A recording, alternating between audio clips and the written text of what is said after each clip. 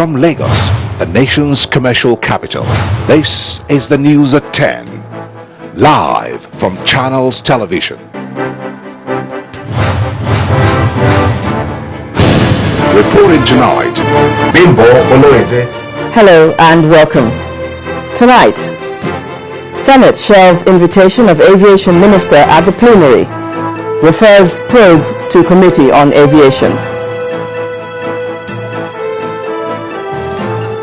Anambra decides. INEC Resident Electoral Commissioner assures that voting materials will get to centers on time. Family and friends hold one-year remembrance prayer for strong man of Kwara politics, Dr. Olushola Saraki in Ilorin. And a French Catholic priest kidnapped in northern Cameroon. On Business News tonight, Federation Accounts Allocation Committee distributes October funds to federal, state and local governments. And on sports news tonight, despite a 2-1 first leg deficit at the hands of the Super Eagles, Ethiopia's Walia Antelopes are confident of making it to Brazil. From Abuja, ahead of the governorship election in Anambra State, police arrest 181 alleged fake voters. Plus, House of Representatives approves $79 per barrel oil benchmark for budget 2014.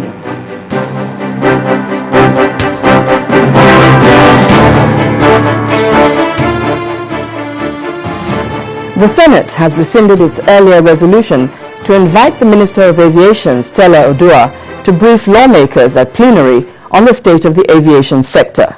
The minister was supposed to appear before the Senate today to explain the reason behind a series of air mishaps in the country. The Senate's minority leader, Ganiyu Solomon, said the lawmakers reached a unanimous decision at an executive session last week to rescind the decision. The minister will now appear before the Senate Committee on Aviation instead.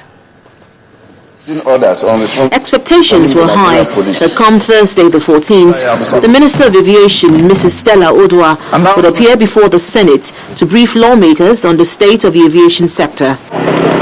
After the Associated Airline crash, worried lawmakers had resolved that the Minister of Aviation appear at plenary to brief them on the true state of the aviation sector and explain the high number of deaths from plane crashes in the last 2 years. But the Senate shifted the original date. Senate President has requested that this distinguished Senate do grant him the indulgence to personally preside over the presence of the Aviation Minister. As we are all aware, he is leading the federal government's delegation to Dubai for the finals of the Under-17 Eagles against Mexico. Thursday came. However, lawmakers had a change of heart. The Senate is invited to resolve as follows. To 1, rescind its earlier resolution that the Minister of Aviation and Chief Executives of Aviation Parastatals to brief the Senate in plenary. The Chairman Senate Committee on Aviation explained why the Senate took the decision it did. The invitation to the Minister to appear before the Senate was just limited to the incident that arose from my motion after the crash of Associated Airline aircraft. And now, during this period, fresh issues emerged. And the Senate has also looked at that, bringing her to the plenary and limiting the discussion to that of the associated plane crash will not be very proper and satisfactory. But beyond investigating the Associated Airlines, some Nigerians are concerned that the recommendations in the reports of previous plane crashes have not been implemented. After the Dana plane crash, the Senate Committee on Aviation made several recommendations after its investigations, some of which are the revocation of Dana's air operating license, the removal of a then NCAA DG, Dr. Harold Demuren, overhaul of the staff strength of NCAA to inject technical and professional personnel, autonomy for the management and operations of the NCAA, better equipment be provided for FAN, NAMA and AIB. Out of these recommendations, just a few have been implemented, a situation which leaves many worried that should another investigation begin, it would be an exercise in futility. Linda Akibe, Channels Television News. The House of Representatives has postponed its planned meeting with security chiefs who were to brief the House on the current security situation in Borno, Yobe and Adamawa states.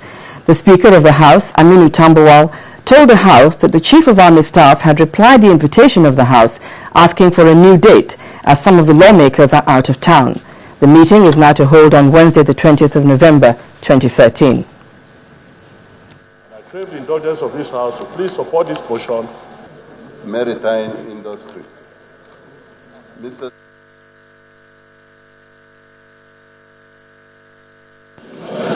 Second order is a motion to admit the Chief of Defence Staff and Service Chiefs into the chambers pursuant to our resolution.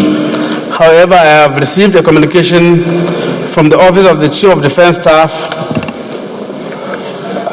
conveying their regrets that the Chief of Defence Staff himself and Chief of Army Staff are outside Abuja as at the time we passed this resolution inviting them yesterday on another special assignment, important national assignment outside Abuja. They have requested that we kindly oblige them a new date, and I don't think we should refuse them. We only took that decision yesterday. The letter was transmitted to them yesterday, and that's why they have not been able to be available. In a bid to forestall further clashes between Agatu community in Benue State and invading nomadic herdsmen, the House of Representatives has urged the federal government to immediately deploy a large number of military personnel to the crisis-prone area. This followed a motion sponsored by Adamu Ntonu on the need to stop the destruction of lives and properties in Agatu local government of Benue State, where over 45 persons have been killed and over 150 homes destroyed. Also aware that on the 8th and 9th of November 2013, the communities of Ipele, Okpokolo, Okpagabi, Ogbangebe, Enugba, Enicha, Oguliakpa, Usha in Apagatu Federal Constituency were brutally attacked by nomadic herdsmen, killing over 45 persons, comprising of the elderly, women and children. Over 150 homes were destroyed and 9,000 people have so far been displaced. The House is further aware that in the last 6 months, 4 consecutive and deadly attacks were launched on the people of Agatu local government, resulting in the death of over 150 people and the destruction of homes and properties. The House is also concerned that the incessant attacks have become a recurring situation in Agatu local government, with the recent incidents being the most deadly and vicious of all the attacks. The House is further concerned that Nigeria has over 5,000 soldiers spread across the African continent in various peacekeeping missions, but not enough soldiers and security personnel to protect innocent lives from internal attacks in crisis-prone zones. The Senate has asked its Committee on Police Affairs to investigate the management and release of 78 billion naira for the reform of the Nigerian police. The decision of the Senate was sequel to a motion sponsored by Senator Abubakar Tutare, who lamented the neglect of the Nigerian police over the years in terms of vehicles, arms, as well as communication equipment. Lawmakers expressed concern that despite the takeoff grant of 78 billion naira and the subsequent appropriations of 25 and 15 billion naira respectively, there is still nothing to show that the reform agenda is ongoing in the Nigerian police force. I believe that time has come for us to have a rethink in terms of the type of police we need in this country. As just been said by some of our colleagues, there's no way we can run a federal system of police and have a unitary federal system of government and have a unitary police. Even the governments with a unitary system, they run a federal type of police, including United Kingdom.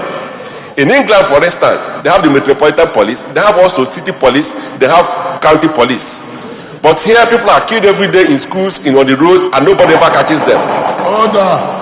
They cannot catch them because the system we have in place is not sufficient to address those issues. I used to be a very strong advocate of federal government police, central police. But I'm sure that you noticed that I think in Asaba or sometimes ago last year, I also changed my mind and said that maybe we should experiment with state police and see what it is. There are merits and demerits in the two systems. There are no running away. No one system is perfect. But the crucial issue is that the system we have at the moment, we're not running it properly. A coalition of civil society organizations under the aegis of the Human Rights Agenda Network has urged federal lawmakers to speed up the passage of 3 critical justice administration bills before the National Assembly. Addressing participants at a legislative advocacy strategy meeting in Abuja, the national coordinator of the Human Rights Agenda Network, Mr. Chinoye Obiagu, said some of the bills have been pending before the National Assembly since 1999. Our correspondent, Amaka Okafor, has a report. Overload of cases in courts, cases of awaiting trial inmates, delay in the justice delivery system are some of the challenges that have bedeviled the criminal justice system in the country. Over time, interventions have been carried out and policy documents put in place to solve these challenges. However, there appears to be the lack of willpower to see the reform through. It is for this reason that the Human Rights Agenda Network is advocating action on the part of the National Assembly if indeed Nigeria is serious about the reform in the sector. The prison bill has been there since 1999. The Violence Against Persons bill has been there since 2006. And the Criminal Justice bill has been in the National Assembly since 2007. So you can see that it's been there for a very long time. What we want to do is to see how we can encourage legislators to pass these bills so that Nigerians can have a new law that will help to improve human rights. So that's what we are doing. And we do hope that with the leadership commitment, with the commitment of the leadership of the National Assembly, that these bills will be passed shortly. To buttress their demand, some of the advocates list the many benefits Nigeria stands to gain if laws such as Violence Against Persons Bill, Prison Reform Bill, and Administration of Criminal Justice Bill are passed into law. This bill will deal with the problem of prison congestion. Awaiting trial cases will be dealt with, significantly, because it empowers magistrates and judges to order automatic review of cases of awaiting trial inmates. Then there's also provision for alternatives to imprisonment, so you don't have to send first-timers to prison. While the Administration of Criminal Justice Bill has passed through the second reading in the House of Representatives, it is hoped that it will pass through the third reading, not just in the House of Representatives, but also at the Senate, and that other criminal justice reform bills before the National Assembly will enjoy the same privilege before the end of the 7th National Assembly. Amaka Okafor, Channels Television News. In part 2, after the break, we'll be joining Gloria Umezioke in Abuja and the one-year remembrance for Dr. Olushola Saraki. So do stay with us.